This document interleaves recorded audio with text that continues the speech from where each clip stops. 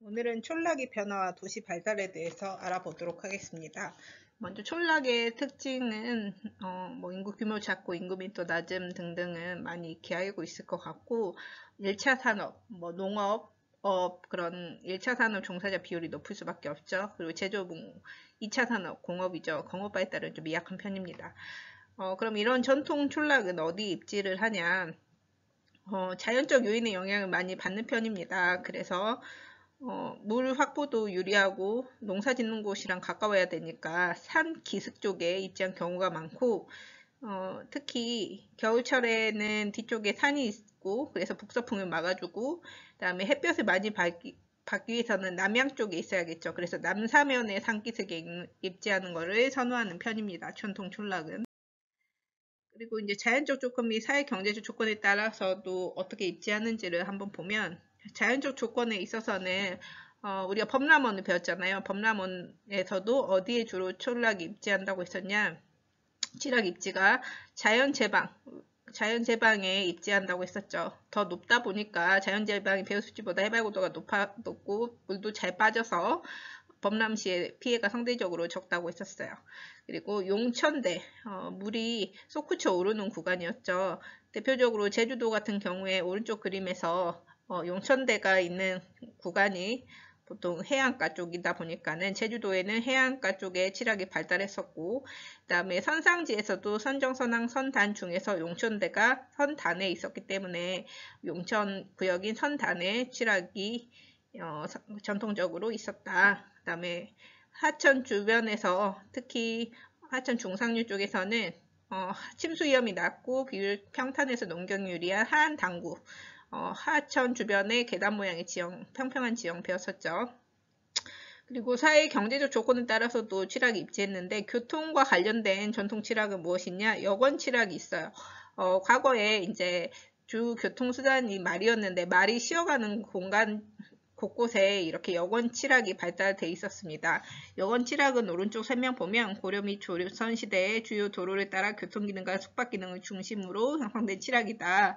그래서 그 여권 칠학으로 유명했던 곳이 지금의 양재역, 그다음에 우리 세종 안에 있는 조치원이 이 여권 칠학의 대표적인 곳이었습니다. 그 외에도 나루터, 배로 이동할 경우에는 이런 나루터 칠학이 발달하기도 했고요. 그다음에 병영과 관련해서 즉 군사가 주둔했던 지역에 발달했던 칠학은 통영 등이 있었습니다. 특정 마을을 통해서 본 촌락의 형태를 보면 하회마을을 한번 볼게요. 안동에 있는데요. 경상북도 안동에 있는데 보면 하회마을 주변에 하천이 이렇게 삥 둘러서 지나가고 있죠. 그래서 우리가 주변에 낙동강입니다. 이게 낙동강이 마을을 감싸며 휘돌아 돌아간다 해가지고 하천이 회전해서 돌아간다 이렇게 기억하면 될 것 같아요. 그래서 풍산 유씨를 중심으로 마을을 이루고 있는 동족촌이에요. 같은 성씨를 가지고 있는 그 가문이 마을을 이루고 살고 있는데 여기에서는 그러다 보니까 모여 살잖아요. 가옥의 밀집도가 높고 얘를 집촌이라고 합니다. 오른쪽 설명 볼게요. 집촌은 특정 장소에 가옥이 모여 분포하는 촌락, 집중, 그 다음에 분산 이런 말 하잖아요. 산촌은 흩어져서 분포하는 촌락을 산촌이라고 합니다. 여기는 모여 살기 때문에 집촌을 이룬다고 하고요. 하회마을은 전통적인 거를 잘 보존하고 있는 마을이라서 유네스코 세계문화유산으로도 등재되었습니다. 전통 촌락 기능에 따른 분류와 경관을 보면 농촌, 오촌, 산지촌을 한번 볼게요. 농촌은 벼농사를 지어야 되다 보니까 협동을 계속하면서 살아가야 되기 때문에 모여 살았어요. 그래서 집촌을 이룬 경우가 많았고 어촌 같은 경우에는 항구 쪽에 당연히 발달될 수밖에 없었겠죠. 근데 경지가 어촌이라고 해서 농사를 안 짓고 무조건 그런 건 아니에요. 그래서 경지가 농사 짓는 땅인 경지가 있는 경우에는 농사도 짓고 활동도 하는 반농 반어촌을 이루기도 했습니다. 산지촌은 우리가 산 쪽에 있는 촌락이라고 생각을 하면 돼요. 그래서 산에서 할 수 있는 업종인 임업. 임업을 아직 뭔지 잘 모르는 친구들이 있는데 뭐 나무를 벌채하는 것부터 해가지고 버섯 키우기, 벌꿀 채취 이런 전반적인 거를 임업이라고 합니다. 그 외에도 산 흥간 지역의 특성상 밭농사, 그리고 가축을 기르는 목축업 등이 발달했습니다. 근데 산지초는 우리가 산에서도 특정 모여 살기는 사실 쉽지 않죠. 그 지형상으로도 그렇고 벼농사처럼 무조건 협동을 해야 되는 농사를 짓는 것도 아니기 때문에 농촌과 다르게 산지초는 산촌, 상대적으로 산촌, 흩어져서 사는 경우가 많았습니다. 촌락의 변화를 볼게요. 지금은 이제 도시화가 되다 보니까 사람들이 이촌향도 도시로 많이 떠나기도 했고, 그래서 어떤 일이 일어나냐, 경지는 농사 짓는 땅은 아직도 남아있는 경우가 많아요. 근데 농가수, 농사 짓는 가구의 수가 이제 빠르게 감소하고 있죠. 즉 경지는 그대로 있는데 농사 지을 사람들이 빠져나가요. 그러면 어떻게 되냐, 한 농가당 남아있는 사람들은 계속 농사를 짓는 사람이 많을 거 아니야. 농가당 경지면적은 증가하냐 감소하냐 유지냐, 한 농가당 경지면적은 증가하게 됩니다. 다시 한번 정리할게요. 그 이유는 경지면적은 그대로 있어. 근데 농가들이 떠나요. 그래서 결국에 한 농가당 경지면적 같은 경우에는 경지도 많은데 농가가 적다 보니까 농가당 경지면적은 증가한다. 요 개념을 잡고 있어야 됩니다. 그 다음에 도시랑 가까운 촌락 같은 경우에는 아파트, 공장 등의 도시적 경관이 증가하기도 하고요. 그 다음에 농사뿐만 아니고 다른 일도 같이 하는 겸업 농가 비율이 높아지고 있습니다. 그리고 지금 도시랑 가까운 그 촌락에서는 도시로 통근하면서 일하는 주민 비율도 높은 편입니다. 촌락의 인구와 가구 수 및 인구 구조 변화에서는 이 개념을 한번 볼게요. 먼저 연령층 선생님이 0에서 14부터 65세 이상은 노란색으로 표시해놨는데, 인구는 크게 세 종류로 나뉩니다. 하나는 0에서 14세 유소년층이라고 해요. 유소년층. 그다음 두 번째 15에서 64세는 청장년층. 마지막 65세 이상은 노년층이라고 합니다. 청장년층, 중간계층 같은 경우에는 일하는 인구라고 생각하면 돼요. 먹여 살리는 인구.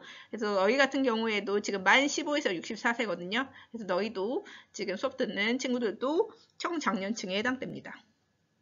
지금 보면 왼쪽 그림부터 볼게요. 왼쪽에 가구수부터 볼게요. 가구수는 아래쪽에 있는 그 네모로 되어 있는 선 있죠. 그게 가구수래요. 가구수는 약간 감소한 정도죠. 과거에 비해서. 근데 지금 고창군이라는 촌락의 인구를 나타내는 건데, 인구랑 가구수. 가구라는 거는 집이에요. 집수. 인구는 이렇게 가파르게 줄어들고 있어. 즉 예를 들자면 과거에는 여기 집은 있어. 근데 예전에는 4명이 살았다면 지금은 할머니 할아버지들만 살고 계시는 경우도 많죠. 그래서 집은 그대로 있는데 예전에는 할머니 할아버지 아빠 엄마 살았다면 지금은 할머니 할아버지들만 남아 계시는 거죠. 그래서 인구가 이렇게 가파르게 줄어들고 있다. 그래서 가구는 그래도 약간 감소한 정도라면, 근데 인구는 확 줄어들고 있죠. 그래서 한 가구당 인구수가 감소했다는 것도 알 수 있고요. 지금 고창군의 1975년이랑 2021년 두 번째 자료 볼게요. 이걸 인구 피라미드라고 하는데, 여기 세로선에 0에서 4, 5에서 9, 85세 이상, 이게 인구 나이대별 얼마나 인구가 퍼센티지가 있는지 이걸 나타내는 거거든요. 근데 지금 1975년 왼쪽 그림을 보면 어떤 층이 많냐, 여기 보면 0에서 14세 이쪽 비율이 확실히 높죠. 그래서 75년 되만 하더라도 유소년층 비율이 높았어요. 아이를 많이 낳았죠. 근데 지금은 도시로 많이 떠나고 이제 많이 남은 사람들이 노년층이 많이 남았죠. 그래서 여기 노년층들이 비중이 높아져 있다라는 것을 볼 수가 있습니다. 촌락은 이제 다양한 변화를 꾀하는데요. 여가 공간, 쉬는 공간으로도 많이 변화했어요. 그리고 느리고 여유 있는 삶을 지향하는 이런 슬로시티 운동이 펼쳐지고 있고, 대표적인 곳이 완도군 청산도, 그다음에 전북 전북특별자치도 전주, 한옥마을, 이런 곳들이 슬로시티로 지정되어 있습니다. 그리고 이제 1차 산업, 2차 산업, 3차 산업을 합쳐가지고 1차는 농림업 산업, 2차는 제조업, 3차는 서비스 체험, 이런 거를 연계해서 새로운 부가가치를 창출하는 산업의 6차 산업. 그 6차는 1차, 2차, 3차를 더하면 6차잖아요. 그런 농가에서도 촌락 쪽에서도 부차 산업을 활성화시키려고 노력을 합니다. 뭐 단순히 농사만 짓는 게 아니고 이거 가지고 무슨 체험 프로그램을 만들고 이거 가지고 가공해서 어떤 것을 만들고 이런 식으로 여러 이제 부가가치를 창출하는 새로운 부가가치 창출하는 활동을 하고 있습니다.